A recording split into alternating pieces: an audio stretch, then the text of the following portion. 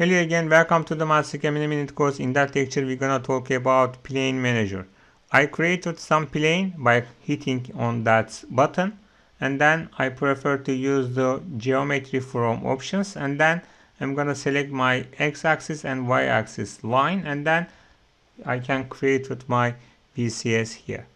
After that, when I am turned to actually my toolpath, this is my contour toolpath, this is my planes options.